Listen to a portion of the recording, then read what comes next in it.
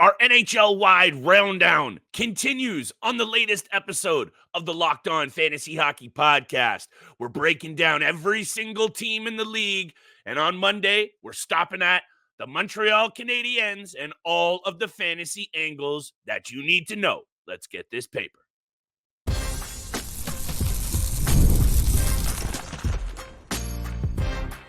You're Locked On Fantasy Hockey, your daily podcast on fantasy hockey. Part of the Locked On Podcast Network, your team every day.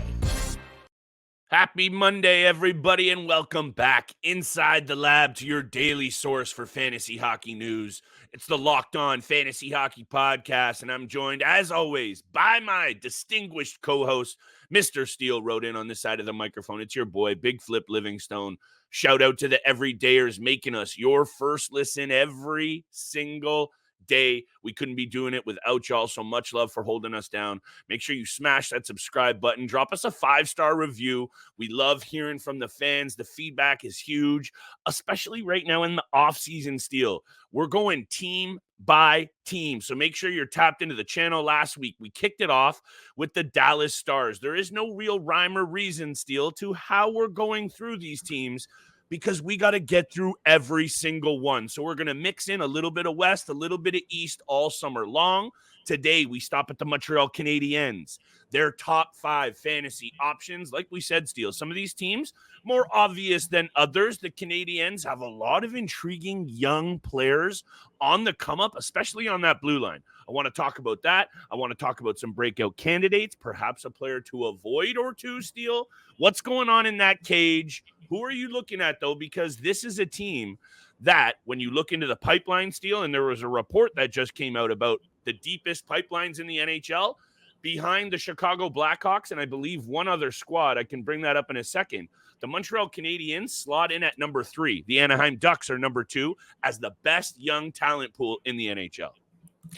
This is a very, very young team. And look, it didn't work out for them last season. A lot of ups and downs throughout the lineup. Caufield struggled offensively with his game, especially with the goal scoring touch, still waiting for him to be a 30-plus consistent goal scorer in the NHL right now. Still so much to love about his game. But like you said, a lot up the pipeline. Nick Suzuki, their captain, only 24 years old. Caufield, 23. Juraj Slafkovsky, 19. Alex Newhook, 23, who they recently traded for.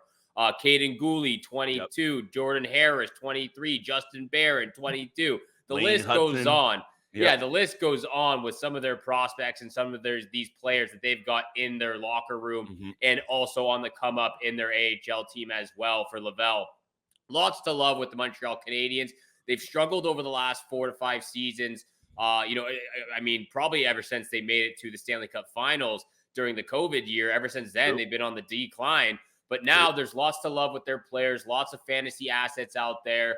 Number 1, I think it's a clear-cut favorite for me. Yes. I think you could also agree that Nick Suzuki is the number 1 guy. There's a reason why he is the captain of the Montreal Canadiens, because at such a young age, 24 years old, he leads this team. He's the captain for a reason. 77 points, 33 goals with 44 assists, 36 penalty minutes, 185 shots, 69 hits, 48 blocks.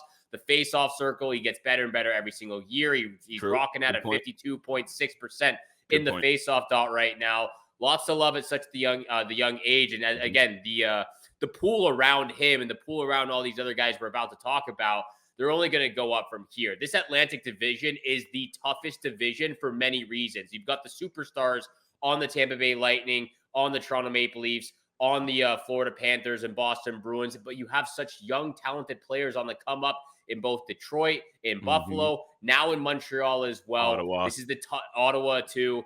Lots to love in the Atlantic division, but the Montreal Canadiens have a keeper in Nick Suzuki. He comes in at number 1 on my fantasy list. Yeah. Not sure exactly what round he would be drafted in. Maybe that's up for conversation as well. Very tricky, but I think you and I both agree he comes in at number 1. Slam dunk number 1. Nick Suzuki is a player that when you and I started doing this podcast, Steele, 2.5, maybe, 2.5 change years ago, this is one of those situations, and it comes out of my mouth on the regular, that I absolutely loved what Nick Suzuki brings to the table in terms of 100%. on the ice, his hockey IQ. He is going to be a Selke finalist probably now for the rest of his career. He slid in at 13th in Selke voting this year as one of the best two-way forwards in the game. His production was maybe not as high as I was high on him as the player in terms of fantasy, but it's coming along, and he has slowly been getting better and better each season.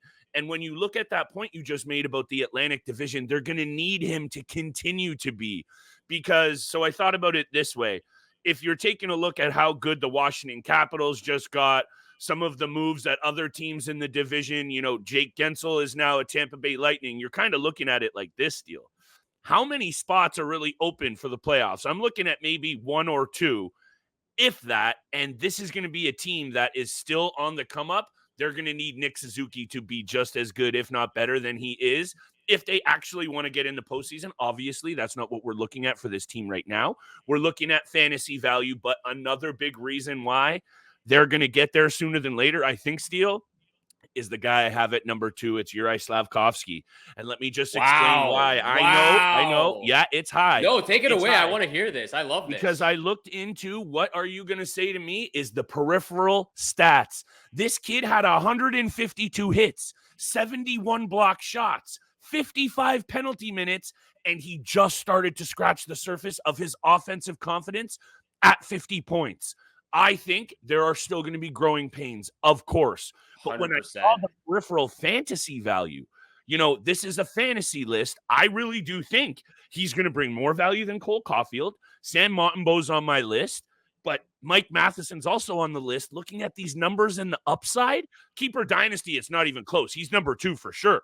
But on my list, even just in general, I'm very high on this player, and I think after I see 152 hits, 71. I love this flip. He's at number 2 for me, Steele. He just turned 20 years old. When you bring in everything else you and I just talked about, this team isn't going to be bad for very much longer. And this Atlantic Division just went from only a couple of years ago, Steele, to maybe kind of percolating as potentially the worst. This one is going to be very hard to get out of for the next handful of seasons. I am shocked. I'm surprised that you bring Juraj Slafkovsky. I thought 100% you were going to be bringing up Cole Caufield at number 2. I love the fact that you bring up I love the fact that you put Slafkovsky at number 2, because you are absolutely right about what his value and his peripherals mean right now. Also, before we continue, a great comment was left on the YouTube channel on the Dallas Stars episode. We do have to mention that a lot of this is based for categorical leagues. This is based for categorical leagues, not just straight up fantasy points. So we're putting that out there. It's categorical based lists for the top 5. But Flip, I love that you bring Slafkovsky at number 2, because you're completely right. I'm putting him at number 2. I don't know. I don't have him there personally, but I can't fault you for having him there, because a huge swing of 10 points in 39 games in his rookie year. He gets sent down back to the AHL farm team. And then in a full year of 82 games, 50 points, 55 penalty minutes. He might be a Banger League beauty in not maybe this next season, but in the year after. So 55 penalty minutes with 152 hits, 71 blocks. You gotta love so much about his game. 152 shots. All of the peripherals are going to continue to climb, just like his offensive production. And hopefully he gets a little bit better on the defensive side of the puck as well. But cannot fault you at all for putting Slafkovsky number 2. I have a different player at number 2, but we'll get to that after the break. Let's talk about it right after the break. Let's talk about some of these young D-men on the blue line that I have pegged as, maybe not this year, Steele, but very close to breakout candidates. And I got that Keeper Dynasty lens on. They are going to be players that this year you might want to start considering. All of the angles that Steele and I just mentioned are going to translate into, at least I think, a lot more offense for this team this year. I don't know about the rest. I don't know about the standings, Steele, but we'll talk about that after the break. Today's episode is brought to you by our friends at FanDuel Sportsbook. Steele and I both love sports. We love them so much. We never want them to stop. And although the playoffs are done, Euro Cups are still in full swing, and sports are pushing through all summer long. And FanDuel is hooking you up with a booster bonus daily. That's right. There's something for everyone every day, all summer long. Head over to FanDuel.com and start making the most of your summer. FanDuel, official sports betting partner of Major League Baseball. And thank you so much for making the Locked On Fantasy Hockey Podcast your first listen every single day. Continue to hit the subscribe button, the follow button, leave a 5-star review, and also go check out Locked On Sports Today's YouTube channel, the first ever national sports 24/7 streaming channel. You can also find it on the free Amazon Fire TV channel app. So much to love about this network and the podcast. Make sure you go hit the subscribe button. Go check them out. We appreciate all that love and support you show this network and our podcast, Locked On Fantasy Hockey Podcast. Continuing the conversation and breaking down everything you need to know fantasy-wise of the Montreal Canadiens. Flip, Juraj Slafkovsky is such a wonderful player to bring on this list. He was obviously going to crack the top 5. I didn't think you were going to have him at number 2, though, but I can't fault you. I can't deny the talent and the potential that he brings to this game. And personally, I actually think this list between 2, 3, and 4 are interchangeable. So that's why I can't even disagree with you at Slafkovsky number 2, because he could possibly be there at the end of the season. Number 2, though, I actually do have Mike Matheson. I always love having a stud defenseman. And this is a player for me that, again, one good season in the NHL offensively wise, but I think he is very overlooked to what he brings and what he brings to the table talent wise. A lot of defensemen get overlooked for what they can do offensively and what he can do moving the puck wise, what he can do on the power play. He's a defenseman that can carry the puck end to end. We've seen him do it all last season for the Montreal Canadiens. And I understand, look, a perennial 27 to 35 point player with the Florida Panthers, Pittsburgh Penguins, Montreal Canadiens in his first year. Last year was his breakout season. He's in his prime right now. This is not a guy who is on the older side. He's only 29 years old. This is prime time for Mike Matheson. 62 He's 30 points. now, Steele. Come on. He's 30 now. Hey, I'm looking at what it says here on it says on Hockey Reference right now. So he's 29 years old. He turned 30 in February. Still in his prime. He's not by any means past his prime right now. 62 points in 82 games in a full season. He gets so much power play time as well. The peripheral stats are great. 187 shots, 186 blocks, 61 hits. He gets a lot of power play points. Had 23 power play assists on that top unit.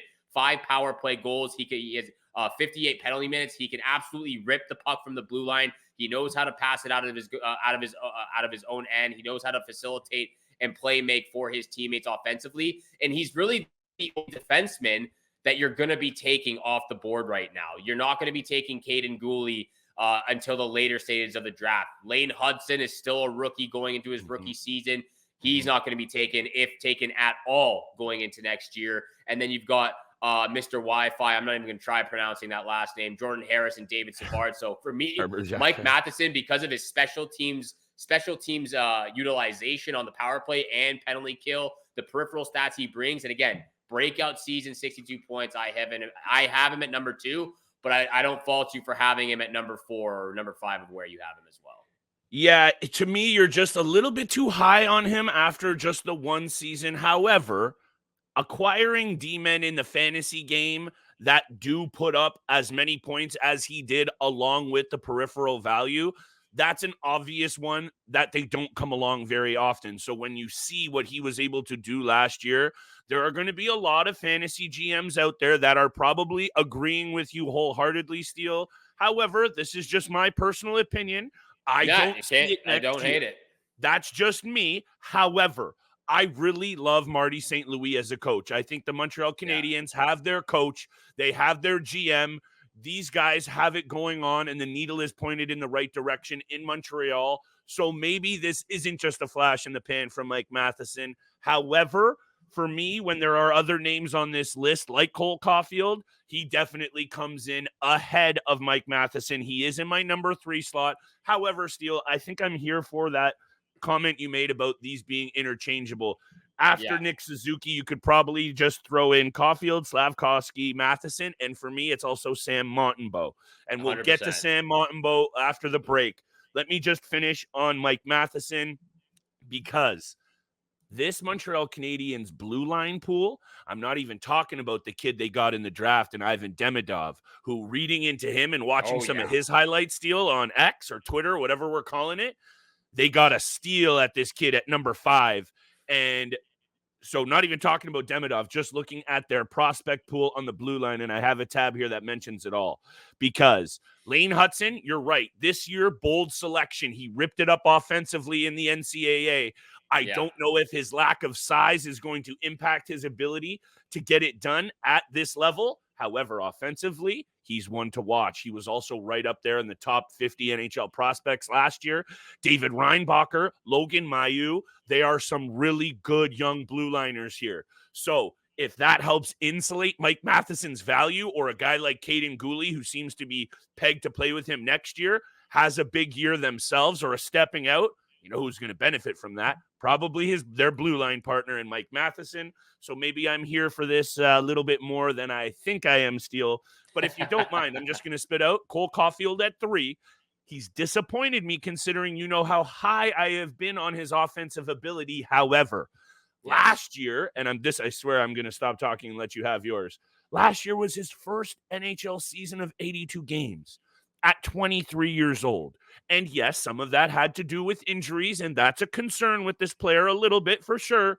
But I think after a full season, all of this young talent on the come up, Sam Montembeault a little bit more comfortable in the cage, I actually think Cole Caufield, for me, again, this is my personal opinion, given that it was a little bit of a quote-unquote disappointing year, even though he had a career high in assists and goals, you might be able to get Cole Caufield at a sneaky good round, because I think a lot of GMs will be, in your tone of voice, Steele, maybe a little bit apprehensive with Cole Caufield, which I understand, but this kid, in my opinion, still has 40-goal potential, and I know you're going to say that's bold, but I'm going to stick to my guns and say the goal-scoring upside is still very much real for a 23-year-old kid in Caufield. Look, it's not bold to say that Cole Caufield is 40-goal potential in his future, because he has that potential. But when we talked about Cole Caufield and Elias Pettersson 2 years ago, I had the same doubts and the same thoughts for both those players at the time. It's going to take them a few seasons to get to that superstar level. We now see Elias Pettersson at it, which I said would be 2 or 3 years down the road for when he was when he got drafted in the NHL.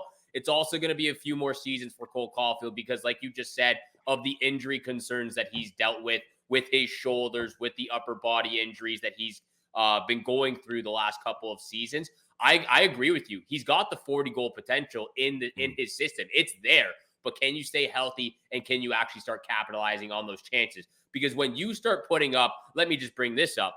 When you start having 314 shots on net and your shooting percentage is only 8.9%, that's a little bit of a rough number. So, again, another reason why I have Juraj Slafkovsky at number 3 on this list is because of everything that you mentioned before. The peripheral stats, the potential of going from 10 points to 50 points in just 2 seasons, also getting a full season of 82 games, and what he has the possibility of doing this year, playing fully on that top line with both Suzuki, Caufield on the first power play unit, getting more minutes, more opportunity, and more confidence as he continues to develop and grow. That's why I have Slafkovsky at number 3 on this list. Again, these are interchangeable from 2 to 4. Yeah. Number 1 and number 5 are pretty much locked in solid about who you're going to draft.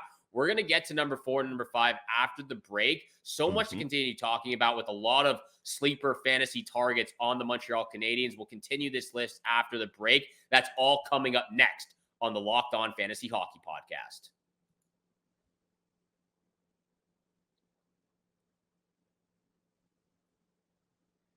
And thank you so much for making the Locked On Fantasy Hockey Podcast your first listen every single day. Continue to hit that subscribe, the follow button, leave a 5-star review for our boy Flip and your boy Steele Roden over here on the podcast. Make sure you go hit the follow button on the Instagram account, Locked On Fantasy Hockey Pod. Flip's continuing to kill it with the daily content on the Instagram account. Lacking lately, Steele, but I'll be back. No, hey, busy weekend for the kid. Busy weekend, starting a new job. It's summertime, it was the long weekend last week. So lots of going on for both of us. And by the by, you mentioned a couple of comments on the YouTube channel. Shout out to M. Jimenez. Appreciate the luck on the interview. Your boy nailed it. Got the new job. Also, there's a question here, though, Steele. Who would you keep between Caufield and Wyatt Johnston? I think that's clear in a keeper dynasty league headed into this season after what you saw from Wyatt Johnston. I appreciate the question from our boy M. Jimenez, but it's got to be Wyatt Johnston. I think you and I can both agree on that and move on to the rest of this list. Yeah, it's Wyatt Johnston for both of us. We'll make sure to respond to that YouTube comment after this recording 100%. of this episode. But look, we agree Nick Suzuki at number 1. We have again interchangeable list through 2 and 3 and 4. I have Mike Matheson. You have Slafkovsky at number 3. I have Slafkovsky. You have Cole Caufield. At number 4 on my list, I have Cole Caufield. And again, you said it for every reason, because this is also a breakout season for Cole Caufield after all the injuries he's dealt with. 65 points in 82 games. The offensive production, again, the shooting percentage is not there, but the shots, the peripherals of 314 shots is great. 65 points. The potential 40-plus goal scoring ability is also there. Getting the power play time that he needs, getting the advice and the guidance from Martin St. Louis as well. Again, we talked about him being such a great coach for this young core right now. Yes. But Cole Caufield has to come in at number 4 for me. Again, I've said it multiple times. You've said it multiple times. All these guys from 2, 3, and 4 are interchangeable. It's just a little bit, it varies a little bit from what you and I look at on a fantasy basis for these players. But then at number 5, we both have Sam Montembeault. I actually had Sam Montembeault at 4 and Mike Matheson at 5. That's just again because of how I view this upcoming season for Mike Matheson. It's going to be very hard for him to replicate that. However, the more that I talk about the positivity and some of these things that I really do like, and I'm reading into these numbers a little bit more, and we'll get to the duo in net, and I think that's going to actually be perhaps the biggest difference maker for this team, Steele, if Cayden Primo, and I'm looking at him too, because Sam Montembeault is a young goaltender, and as much as he is the guy, and they have paid him as such, and he looks to be the better goaltender, both of them are going to be important in terms of affecting the fantasy value of the guys in front of him. This isn't exactly a bold take, but with a young team, one of the youngest in the NHL, if your goalie's giving up muffins left and right, your confidence isn't there, and you want to see a shooting percentage go up with Cole Caufield, it will for sure if their goaltenders play better than they did last season. Maybe 100%. That's an obvious thing to say. Let me just say this, though, Steele. This team was atrocious on special teams last season. Oh, it sucked. They were in the bottom in the power play. They were in the bottom in the penalty kill. And they allowed far too many shots on net per game. 33 or more shots per game on average. Only the Blue Jackets and Sharks allowed more. So they have to be better defensively. And this is obviously a risky situation with all of these really young D-men. So yes, positivity, needle pointed in the right direction. We're loving all of that. I got a good breakout candidate to talk about to wrap up the show. Sam Montembeault and Cayden Primo in the cage, to me, are a very intriguing young duo. Cayden Primo, just to start, Steele, 2 shutouts, 9-10 save percentage, and an 8-9-4 record last season. Not exactly awful. And Sam Montembeault is a goaltender that you and I have talked about at varying lengths to that perfect little week-to-week fill-in if Montreal maybe has a weak schedule. Obviously, still had his growing pains. He's 27 years old now, Steele. This will be his first real look as the bona fide number 1 guy, hands down. Jake Allen no longer in the picture and such. I think this is where I've got my eyes peeled the most in Montreal, because Sam Montembeault's 4 on my list, but his leash for me will be extremely short if I decide to make him, let's say, my 3rd goaltending option, because I think taking him any earlier than that, like if he is your secondary option and you kind of pooched your goaltending draft, it could be a long season for you, because even though we think the Habs will be better, they are still going to be a team that allows a lot of goals against. Look, just to confirm, you do have Mike Matheson number 4, right? I have Sam Montembeault at 4 and Matheson at 5. Okay, that's just absolutely crazy. I'm not going to let you just skip over that real quick, because you can't have Sam Montembeault at number 4 when we just talked about the peripherals and the potential of Mike Matheson. I can have a list however I want, pal. You have Mike Matheson over Cole Caufield, the potential 40-goal scorer. I think a lot of people would disagree with you as well. Sam Montembeault, with the best season of his life right now, is at 903 save percentage. Maybe I expect him to have a really good season, pal. You just said he's on a tight leash, so I'm not sure. He is on a tight leash. Both can happen. I don't know. That seems contradictory in my opinion, but I'll let you have it if you want Sam Montembeault number 4. Also, do you have any breakout candidates, or is it all about Mike Matheson, a guy who had one good year? It's all about Mike Matheson and JT Miller for me. You know, I'm covering my boys all the time here. So, well, I might as well wish Mark Giordano a happy birthday again then. Yeah, 65th birthday for Mark Giordano. No, look, there's lots to love with this team right now. We talked about the prospects. We've talked about the young core that are continuing to develop through their group right now. For me, I think, you know, you said Demidov already at number 5 when they drafted him. Yeah. There's really not a single person on this list that I'm really looking at to draft. I mean, again, I gave Alex Newhook other than the guys we've mentioned. Yeah, other than the guys we've mentioned. I gave Alex Newhook a chance last year. I drafted him, I believe, 19th or 20th in my fantasy league. He got booted right away. Yeah. Is there a possibility for him to, you know, bounce back this season with a full year? Of course there is. Kirby Dach, what can he do fully healthy as well? He's had injury concern.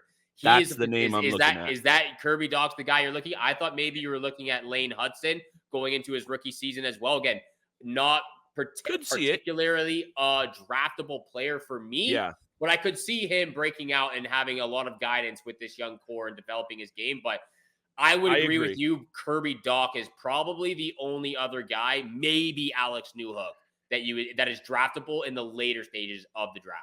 And maybe breakout is the wrong term to use for Kirby Dach, considering, you know, he's been in the NHL for a couple of years. However, in his 2 games as a Montreal Canadien last year to start the season, he started to look really comfortable. 2 points in 2 games, I know, is not exactly earth-shattering.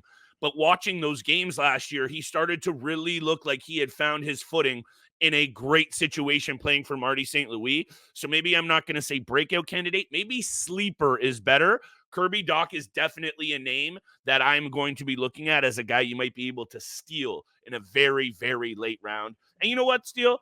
After your comments about Sam Montembeault, you are right. The fantasy value that Mike Matheson brings to the table, considering what Sam Montembeault has done in his career, even if I do think he is in line to be the number 1 guy, Mike Matheson should be at number 4 and should be definitely drafted ahead of Sam Montembeault. I will reel that one in because you are right, good sir. Appreciate that. I couldn't let you slide on that. Look, no, that's right. That's why we're co-hosts. I was completely fine, and I agreed with you with the Slafkovsky and Cole Caufield at 2 and 3, but I couldn't let you put Montembeault. Hey, that's why we do it together, pal. I appreciate it. That is exactly why we do it together. We help each other out. You help me out. I help you out. We help everybody out on the Locked On Fantasy Hockey podcast, making it your first listen every single day throughout the summer. In the offseason, we're with the hot content. We're coming in Monday through Friday. Make sure you go check out the Locked On Sports Today's podcast as well. Subscribe to their YouTube channel. Make sure you can also check it out on the free Amazon Fire TV channel app. Subscribe to the first ever National Sports 24/7 streaming channel. Once again, from Flip and I, thank you so much for tuning in for today's episode. Have a great week. Have a great day. Good luck with all your bets this summer, and we shall see you back here again tomorrow. Peace.